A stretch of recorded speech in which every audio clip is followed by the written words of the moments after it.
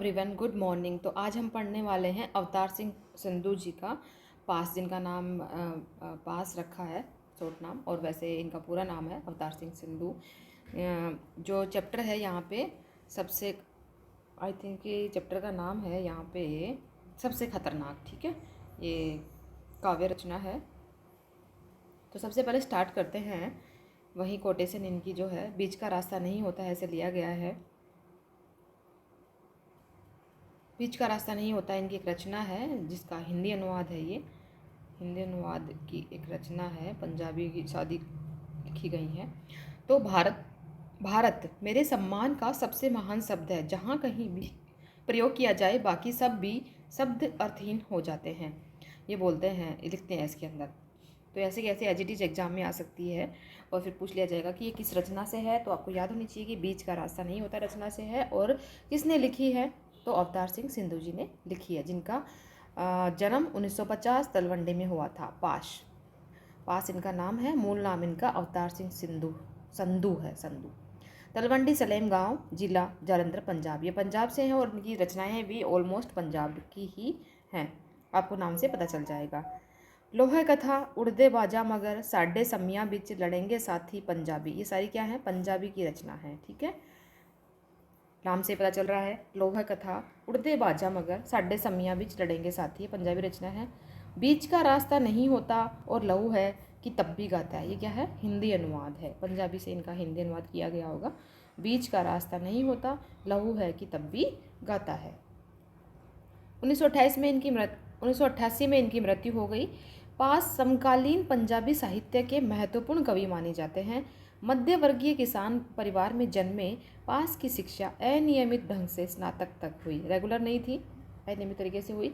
पास जन आंदोलन से जुड़े रहे और विद्रोही कविता का नया सौंदर्य विधान विकसित कर उसे तीखा किंतु सृजनात्मक तेवर दिया। पास की कविताएं विचार और भाव के सुंदर संयोजन से बनी गहरी राजनीतिक कविताएं हैं, जिनमें लोक संस्कृति और परंपरा का गहरा बोध मिलता है। पास जन सामान्य की घटनाओं पर आउटसाइडर की तरह प्रतिक्रिया व्यक्त नहीं करते, बल्कि उनकी कविताओं में वह व्यथा, निराशा और गुस्सा नजर आता है।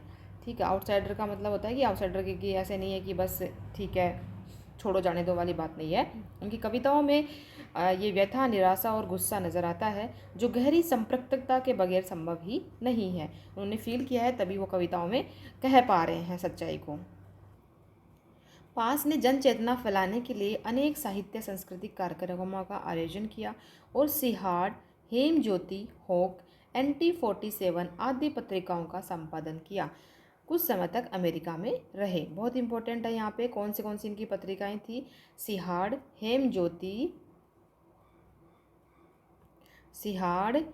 ज्योति, होक, NT47। ठीक है, 4 पत्रिकाओं का इन्होंने संपादन किया और कुछ समय तक अमेरिका में रही। तो बहुत इंपॉर्टेंट है, ये याद रखने की जरूरत है। अगेन, सिहाड़, हेम ज्योति, होक, NT47। यह कविता दिनों दिन अधिकाधिक नृशंस और क्रूर होती जा रही दुनिया की विद्रुपताओं के चित्रण के साथ उस खौफनाक स्थिति की ओर इशारा करती है, जहां प्रतिकूलताओं से जूझने के संकल्प छीन पड़ते जा रहे हैं। पथराई आंखों से तटस्थता से कवि की असहमति है। कवि इस प्रतिकूलता की तरफ विशेष संकेत करता है, जहां आत्मा के सवाल बेईमानी हो जाते हैं। जड़ स्थितियों को बदलने की प्यास के मर जाने और बेहतर भविष्य के सपनों के गुम हो जाने को कवि सबसे खतरनाक स्थिति मानता है। 1988 में खालिस्तानियों के हाथों मारे गए और देश की आवाम के लिए शहीद हो गए। 1988 में ये खालिस्तानी जो थे उनके हाथों मारे गए और देश के लिए शहीद हो गए। अब हमारी कविता स्टार्ट होती है और ये बताते हैं कि सबसे खतरनाक चीज़ ज़िंदगी में क्या है एक आदमी के लिए। बोलते हैं कि मेहनत की लूट सबसे खतरनाक नहीं होती है, पुलिस की मार भी सबसे खतरनाक नहीं होती है, गद्दारी, लोभ की मुट्ठी सबसे खतरनाक नहीं होती है। यानी कि मेहनत की लूट, आप यहाँ पे देख लीजिएगा कि क्या क्या खतरनाक बात नहीं होती और क्या खतरनाक होती है। अंत में मेहनत की लूट भी नहीं होती, पुलिस की मार भी नहीं होती, गद्दारी और लोभ की भी नहीं होती।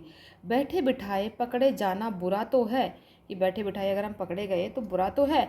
सहमी सी चुप में जकड़े जाना बुरा तो है, पर सबसे खतरनाक नहीं होता है। ये बात भी नहीं है कि आप बैठे हो और आप पकड़े गए हो कि आप आलस में हो, ये है, लेकिन ये बात भी बुरी नहीं है, ये भी सबसे खतरनाक नहीं है। कपट के शोर में सही होते हुए भी दब जाना बुरा तो है, किसी जुगनू की लो में पड़ना बुरा तो है, मुठियाँ भींच कर बस वक्त निकाल लेना बुरा तो है, सबसे खतरनाक नहीं होता। कि कपट के शोर में सही होते हुए भी अगर आप किसी की बात को मान लेते हो, किसी जुगनू की लो में पड़ना, मुठियाँ भींच कर बस अपने लिए वक्त को निकाल लेना कि बस कट रहा है वक्त, ये सब खतरनाक तो नहीं होता है। लेकिन सबसे खतरनाक होता है मुर्दा शांति से भर जाना, न होना तड़प का सब सहन कर जाना, घर से निकलना काम पर। यानी कि मुर्दा सबसे खतरनाक बात होती है यहाँ पे कि मुर्दा शांति से भर जाना, कि उसके अंदर होश नहीं है उसको कि करना क्या है ज़िंदगी में, एक मुर्दे की तरह ज़िंदगी जीना, ये सबसे खतरनाक बात होनी है। अंदर आपके अंदर एक तड़प नहीं है, बेचैनी नहीं है, तो कैसे आप जीवन जी पाओगे, वो वाली बात बता रहा है वहाँ पे कवि बता रहे हैं। घर से निकलना काम पर और काम से घर लौटकर घर आना सबसे खतरनाक होता है, हमारे सपनों का मर जाना। सबसे खतरनाक होता है कि घर से आप काम पे निकले हो और आ गए हो, बस जैसे जैसे ज़िंदगी चल रही है काट रहे हो, बस काट रहे हो, और आपके कोई अपने सपने नहीं है, उनको आप मारे जा रहे हो। कितनी बड़ी बात यहाँ पे कह रही है आम आदमी, हम वैसे ही जिए जा रहे हैं, हमारे सपनों का मर जाना।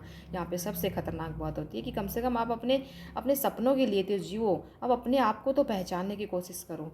सबसे खतरनाक वह घड़ी होती है कि आपकी कलाई पर चलती हुई भी जो आपकी निगाह में रुकी होती है, कि आपको दिख रही है कि समय चल रहा है, लेकिन आपको फिर भी ध्यान नहीं आता है कि ये समय चल रहा है तो हम कुछ कर लें। मतलब कहने का मतलब ये है कि समय को सिर्फ काट रहे हो, समय तो चलेगा, वो नहीं रुकने वाला है, लेकिन आप अपने जीवन में क्या कर रहे हो। आज के हम जैसे युवा को भी यहाँ से बहुत बड़ी सीख लेने की ज़रूरत है। कवि ने कितनी अच्छी तरीके से और कितनी अच्छी गहरी बात हमें समझाई है कि हम सिर्फ समय को काटे जाते हैं, लेकिन समय तो चलता रहेगा। कि आप अपने घर हाथ पे घड़ी तो पहने हुए हो, लेकिन फिर भी आपको लगता है कि वो रुकी हुई है।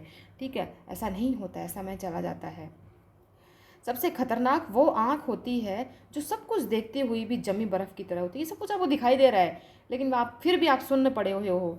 जिसकी नज़र दुनिया को मोहब्बत से चूमना भूल जाती है, कि जिसकी नज़र दुनिया को देखना ही भूल जाती है कि ज़िंदगी में जीना कैसे है। जो चीज़ों से उठती अंधेपन की भाव पर ढुलक जाती है, जो रोज़मर्रा के कर्म को पीती हुई एक लक्ष्यहीन दुराव के उलटफेर में खो जाती है। कि बिना किसी लक्ष्य के हम चले जा रहे हैं, बस चले जा रहे हैं, कोई हमारा ऊंचा लक्ष्य नहीं है और उसी के अंदर आप खोए जा रहे हो, वो सबसे खतरनाक होता है। सबसे खतरनाक वह चांद होता है जो हर हत्याकांड के बाद वीरान हुए आंगनों में चढ़ता है, पर आपकी आंखों को मिर्चों की तरह नहीं रगड़ता है। यानी कि सबसे खतरनाक वो चांद होता है कि हत्याकांड के बाद भी वो वीरान हुए आंगनों में चढ़ रहा है और आपकी आंखों में बिल्कुल भी दर्द नहीं है।